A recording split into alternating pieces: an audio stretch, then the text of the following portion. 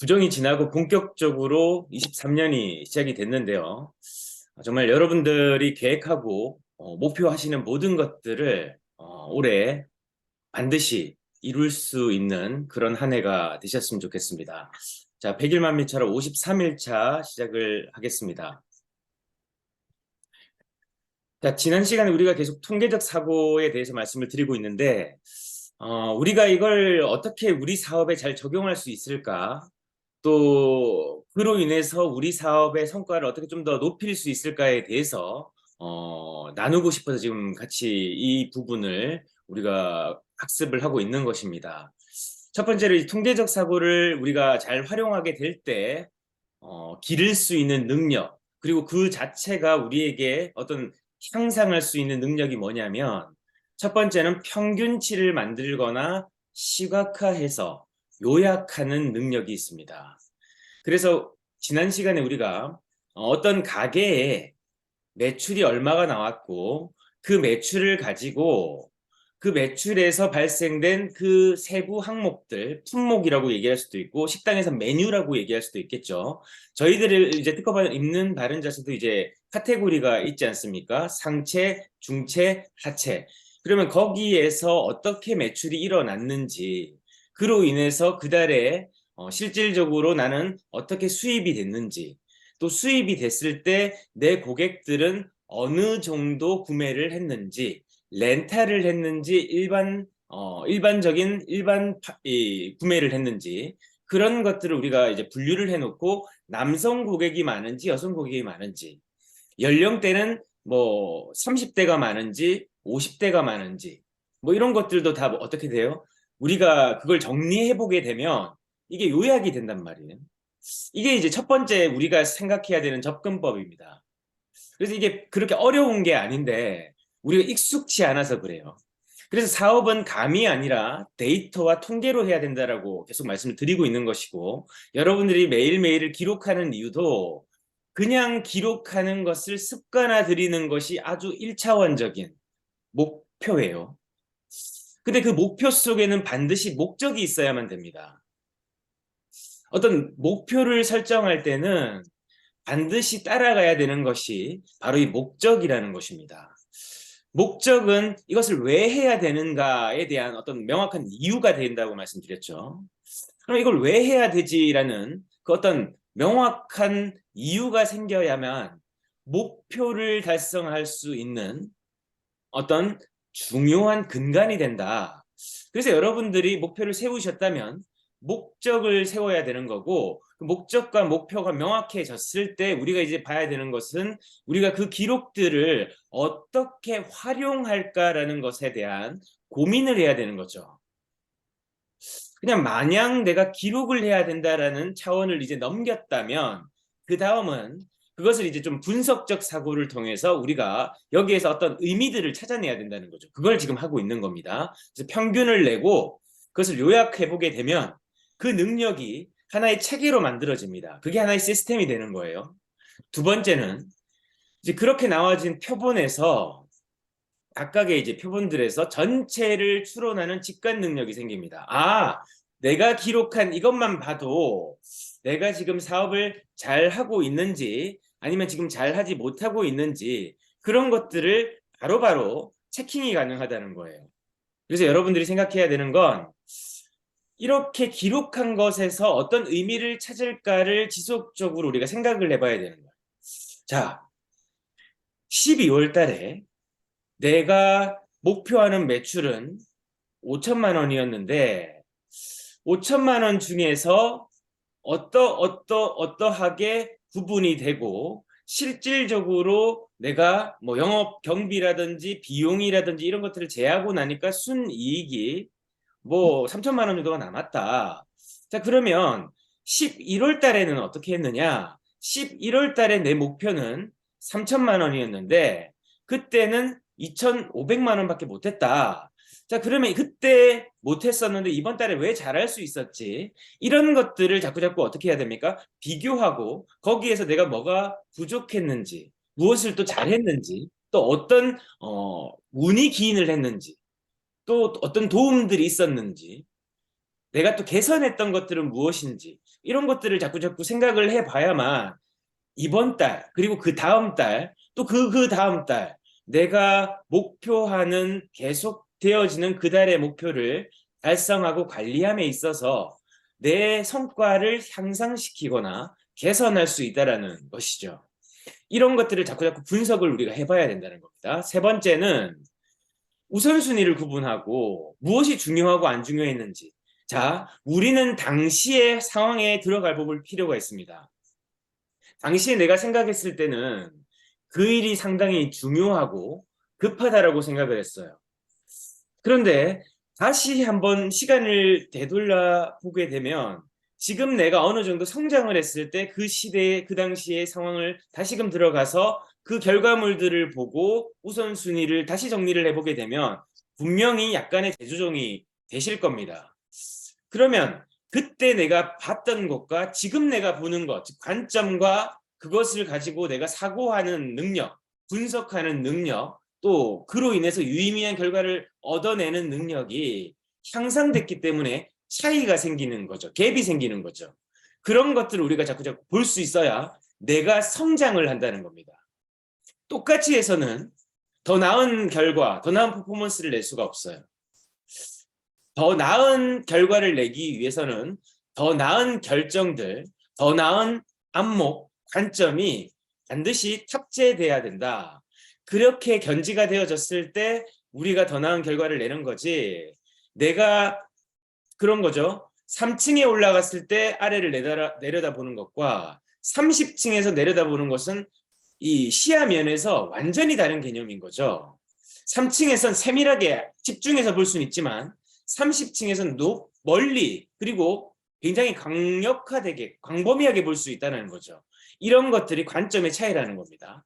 이게 일에서도 적용이 되는 거예요. 우리가 건물이나 엘리베이터를 타고 높은 곳에 가보기만 해도 등산을 해봐도 높은 곳에서 내려다보는 것과 단층에서 내려다보는 것은 반드시 차이가 있듯이 여러분들이 사업적인 안목과 성장, 즉 이제 차이를 우리가 만들어내고 싶으시다면 반드시 관점과 사고의 전환이 필요하다. 우리가 그래서 지금 이걸 하는 거죠. 그래서 반드시 결과에는 인과 관계가 그리고 상관관계가 작용을 한다.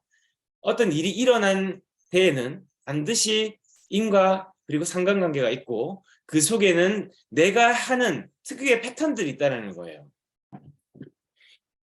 내가 사람을 만날 때도 좋아하는 기호라든지 성향이라든지 또 뭐 케미스트리라고 하죠. 이 사람과 케미가 맞는지, 케미스트리가 이런 뜻이라고 하대요. 저도 자세히는 잘 모르지만 사람과 사람이 말을 하다 보면 침이 튀기잖아요. 그리고 그 침이 튀겨지면서 서로가 어떤 감정적 유대를 느낀답니다. 그걸 이제 케미를 느낀다. 케미스트리, 이렇게 화학적인 관계, 화학적인 어떤 호르몬을 배출한다. 그래서 이제 케미가 잘 맞다, 잘 통한다, 뭐 이런 의미로 볼 수 있겠죠. 그렇게 사람을 만나고 관계를 형성하고 상호작용하고 또 그렇게 어떤 여러 가지 그 사람과의 이 관계를 형성해 나가고 이런 것들이 우리에게 봤을 때는 어떤 패턴이 있다라는 거죠. 아, 난 저 사람은 저런 성향은 참 싫어. 아, 저런 성향은 참 좋아. 뭐 이런 것들이 우리 나름대로의 기준점들이 있으실 것인데 우리가 이제 사업을 하시다 보면 참 다양한 사람들을 좋든 싫든 자이든 타이든 만나게 되죠. 자, 그럴 때 우리가 그런 상황들을 어떻게 잘 활용해 나가고 나아가서 그런 것들을 어떻게 잘 개선해 나가고 또 나아가서 또 어떻게 좀 변화해 나갈 것인가를 좀 우리가 고민해야 되는 거죠. 특히나 사업은 내 생각만큼 커지는 거거든요. 그래서 사업을 저는 골프를 치진 않습니다만 골프와 비유를 하는 분들의 얘기를 들어보면 골프도 공은 치는 대로 나간다고 얘기를 하시더라고요. 사업도 생각하는 대로 가게 돼 있습니다. 사업이 잘 안 되는 것은 분명히 내가 생각에 사업이 안 되는 생각을 하고 있는 거예요. 그게 인과 법칙, 상관관계의 법칙이라고 얘기할 수 있겠죠. 그래서 우리가 나 좀 사업을 잘하고 싶어 하면 좀 수용하는 것이 좀 관대해져야 된다. 싫은 사람도 어떻게 보면 사업을 위해서 우리가 수용할 수도 있어야 되는 것이고 내 성향에 맞진 않지만 다수의 사람들에게 이익이 될 수 있고 또 필요하고 나아가서 시너지가 될 수 있다면 또 그것 또한 우리가 수용하는 것도 우리의 변화이고 우리의 수용인 거죠. 그래서 패턴 속에서 내가 좋아하는 사람만 지금 만나고 있구나, 또는 내 기준에서 컨트롤하기 편한 사람들, 내가 생각할 때 내가 말하고 좌지우지하기 편한 사람들을 자꾸자꾸 그 사람들 위주로 프로스펙팅을 하고 또 그 사람들을 만나고 그 사람 위주로 자꾸 가다 보니까 나의 그룹이나 나의 팀은 성향이 되게 비슷한 거예요, 보면. 그럼 이건 어떻게 보면 좀 잘 못 가고 있다라고 우리가 생각해 볼 수도 있는 거예요. 나와 비슷한 사람만 많으면 비슷한 결과만 나오는 거고, 새로움이나 새로운 창의성이 창발될 수 있는 기회가 사장되는 거죠. 어떤 새로운 사람이라든지 나와 다른 사고의 관점을 가진 사람들이 모여서 A라는 목표를 달성할 때 뒷길로 돌아가는 사람, 뛰어가는 사람, 헬기를 타고 가는 사람, 자동차를 타고 올라가는 사람, 이게 다 다양하게 가서 그 상황에서 최적의 결정을 해낼 수 있는 우리가 결정을 해 나가야 되는데, 야, 이거 어떻게 생각해? 내가 볼 때는 걸어서 등산으로 가는 게 제일 좋을 것 같은데 넌 어때? 야, 그게 좋은 것 같다. 넌 어때? 그래, 그게 좋아. 넌 어때? 그거 좋은 것 같다. 나도 동감한다. 이 사람들만 가면 등산에는 답이 없는 거지. 그죠? 근데 이 사람들 보니까 야, 이렇게 가면 너무 오래 걸려. 너무 지쳐. 그리고 뒤처지는 사람 분명히 있을 거야. 그럼 어떻게 해야 될까? 야, 여기에서는 여기 갈 때까지는 이렇게 가고 여기에서는 계단을 이용하자. 아니면 여기에서는 뭘 타자. 뭐 케이블카를 타자. 뭐 이런 다양한 의견들이나 생각들이 좀 이제 모이는 거죠. 그래서 사람이 모이고 생각이 모여야 목표를 달성함에 있어서 굉장히 유기적인 결과를 만들어낼 수가 있다라는 거죠. 이 유비가 삼국을 통일할 수 있었던 이유가 바로 그런 거죠. 인재를 등용했다. 그죠? 자기에게 맞는 사람만 등용한 게 아니라 맞지 않아도 대의 명분을 위해서는 반드시 그들과 함께 이 목표를 도모를 했다. 이게 우리가 이제 고전에서 배워야 되는 어떤 그런 좋은 시너지가 아닌가 생각을 하는 것이죠.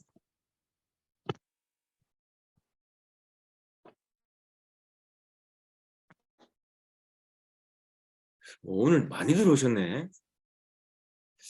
자, 좋습니다. 그리고 숫자가 가지는 의미를 우리가 찾아내는 능력이 있다. 아까 말씀드렸죠. 평균치 요약에서 우리가 같이 활용을 할 수 있는 능력인데, 내가 몇 회를 했고 몇 회를 성공했다. 그리고 이렇게 했는데 이렇게 결과가 나와서 나는 어떻게 개선을 해야 되겠다. 설명을 할 때 난 몇 분이 걸렸고 그 몇 분 속에서 어떤 결과들이 나왔다. 이런 것들이 점점 디테일하게 챙겨질 때 여러분들의 개인의 목표 달성 능력, 나아가서 그것이 조직계에 함께 이제 복제가 되어져 나갈 때 좋은 결과들을 우리가 같이 만들어 나갈 수 있는 거죠. 네 번째는 결과에 변화를 주는 요소들을 생산하거나 제거함으로써 좋은 의사결정, 정책 수립, 평가 등에 활용하는 능력, 즉 지표를 결정하거나 정책을 수립하거나 평가할 때 이제 활용할 수 있다. 우리가 이제 결과를 잘 내야 되잖아요.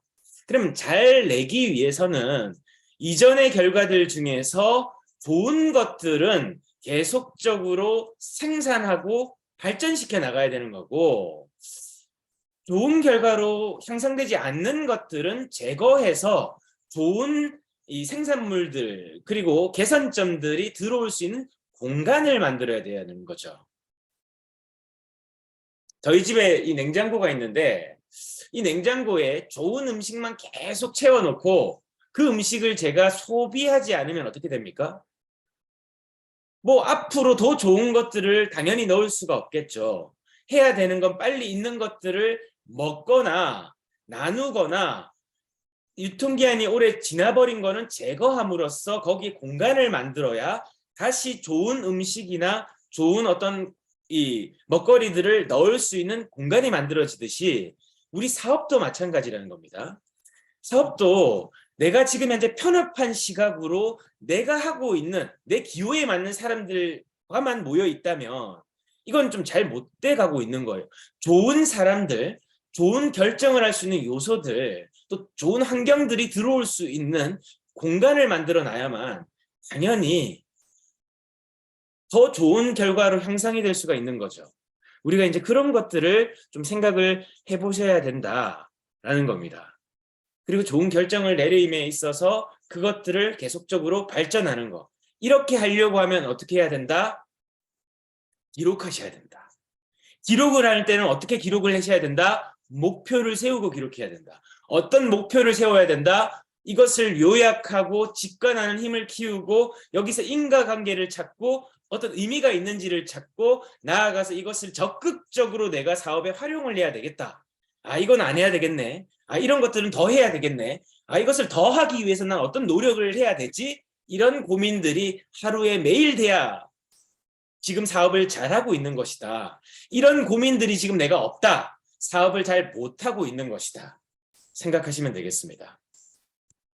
그래서 보시게 되면 자, 이제 우리 예를 들어서 여러분들이 뭐 홍길동이라고 각자 이름을 한번 적어보고 우리가 창업한 어떤 날짜가 있을 거잖아요. 그 달 계약한 날짜. 자, 우리가 창업을 시작하고 사업을 지금 하고 있는데 그러면 그 사업을 했던 기록들이 남아 있을 거잖아요. 여러분들이 이제 멘토들이 이런 가이드를 해주셨을 거예요. 그리고 앞으로 여러분들이 해주셔야만 돼요. 여러분들이 이것들을 잘 해주실수록 여러분들의 사업은 더 체계적이고 더 튼튼하게 만들어질 겁니다. 자, 그러면 그 통계로 우리가 읽을 수 있는 의미를 찾아보자는 거죠. 자, 예를 든 겁니다. 우리가 프로스펙팅을 하죠. 그럼 그 달에 20명의 프로스펙팅을 했어요. 그리고 하루에 평균적으로 3명 정도를 통화를 했고 쇼케이스를 그 달에 10회 정도를 했는데 판매가 전혀 없었습니다. 그리고 8명은 전화도 받지 않았습니다. 자, 그러면 창업 설명회가 있었는데 예비 창업자를 3명을 초대를 했어요. 근데 창업 계약이 전혀 없었습니다. 코어셋 파티를 또 줌으로 또 오프라인으로 초대를 했는데 초대가 잘 안 됐어요. 줌 미팅 특강에 또 내가 참석을 또 안 했습니다. 쇼케이스 교육을 나는 또 받질 않았어요. 자, 이렇게 되면 이 표를 보고 우리가 무엇을 알 수 있죠?